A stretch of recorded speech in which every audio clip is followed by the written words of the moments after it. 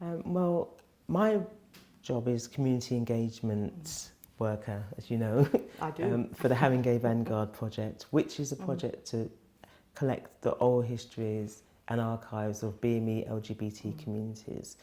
It kind of came around through some of the research work I've been doing, looking into these communities, and just realised that a lot of stuff was documented. Like we had the archives and we still have ruckus, but on top of that we needed the oral history, and we needed to kind of engage younger people with this research that we'd been carrying out. So the London Metropolitan Archives were brilliant in terms of supporting the work that we'd been doing beforehand, in terms of helping us with screening the documentary or inviting us to the annual, Lesbian and Gay Archive and History Conference. And then I think I made an application which failed because I didn't have the right partnerships. And so I approached Jan and said, look, is this something that we can do? And I was just quite happy to see the work done. It didn't necessarily have to be by me, but I just wanted the project to kind of take flight. And in terms of all the research and the stuff that I'd collected, I'm happy to donate it to the archive that we're going to establish. So there'll be like a BME LGBTQ archive, which will be established at Bruce Castle Park. They're one of our partners. So I went for the interview.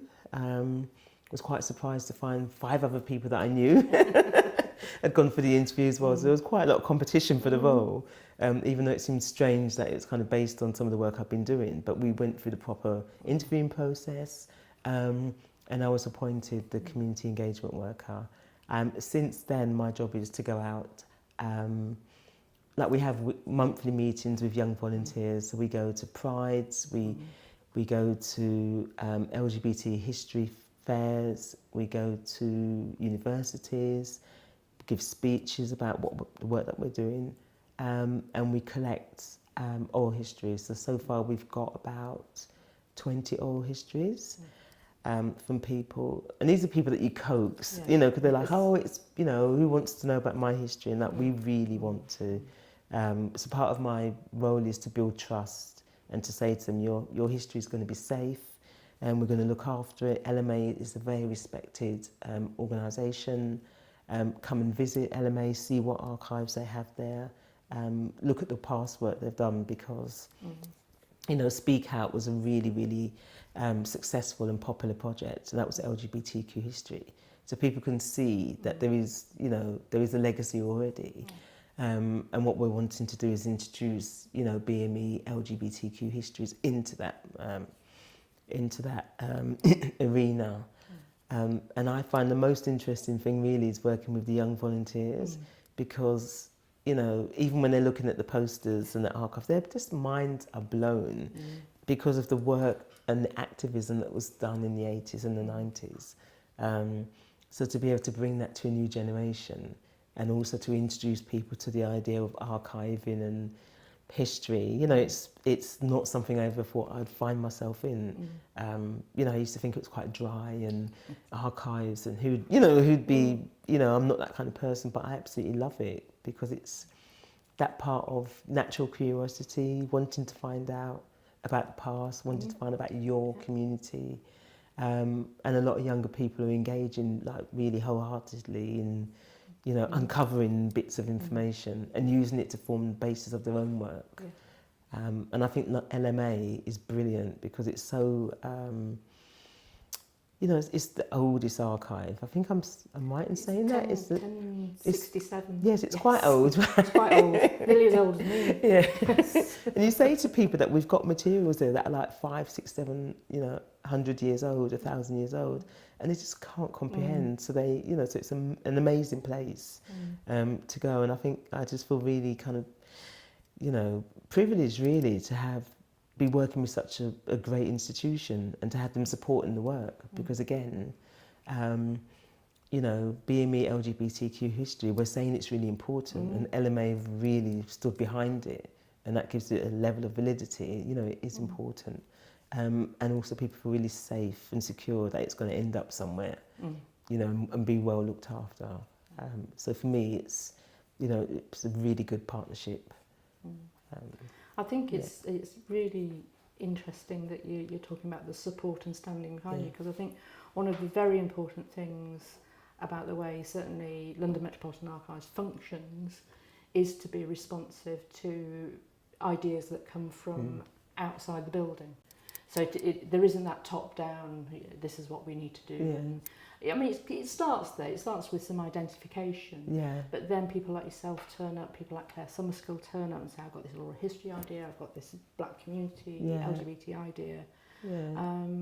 And to support grassroots activism and ideas that then become, you know, available and accessible and shareable is our job. That's our job. And you know, as an institution, our job is to try and represent the lives of all Londoners and their experience, and where there are gaps in that collection, which are inevitable, we're keen to fill them, but actually that's also our function, to support this other kind of movement that's on the ground, because an institution, however big, cannot do it all. But we have broad shoulders, and the place itself, as you say, endeavours to be a comfortable, safe area. And as we've always said, you know, that archive, it is what it is, but actually when that space is taken over by one group or another group, at that moment in time, it is a black LGBT space. It is, you know, a women's activist group space. It takes on a whole different persona, and that it shape changes, and that's actually what it should do. But the other thing that I think I want to pick up on is the idea that archiving and collecting memory and sharing memory is a form of activism, and not everybody is someone who likes to go on marches or feels comfortable, you know, being very public in the way that they express things. But actually saving your own history and making sure it gets shared by young people and future generations is a very, very powerful thing to do, because you're saying, we are not invisible, we are present forever. Our stuff will be there 1,000 years from now, like that early document is there 1,000 years behind us. So that is the inspiration, and we started calling LMA the Forever Project. Again, which is good actually. Which is good, yes. But that's the principle anyway. That it's actually that there is a sense of guardianship in the building that gets handed over and handed over. There is no mistaking that will. It doesn't belong to the institution. It's being looked after. It belongs to the users and the places, what the users make it. And to think in 500 years' time. Do you know what I mean? Someone's going to be looking at this poster and you know, I think they might not even see you in 21, 21, but 50. it's true, and having to unpack that again, you know, and so on. And then one of the things quickly is the change in technology. Do you know what I mean? It's like everything's digital, and then there are a lot of discussions happening around, you know, how long digital files will last and all of that, you know, degradation and everything else. But so paper, do you know what I mean? People are going to come back to paper and posters and absolutely right, you know, and that tangible, you know, there's something just You've got very to keep both.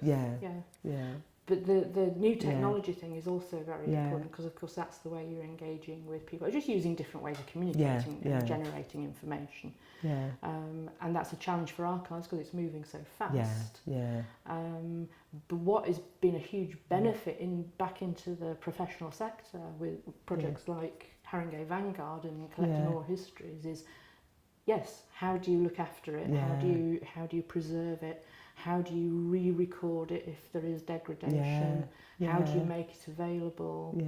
Lots and lots of things, but that feeds into new progress and new developments, which again benefits the wider community.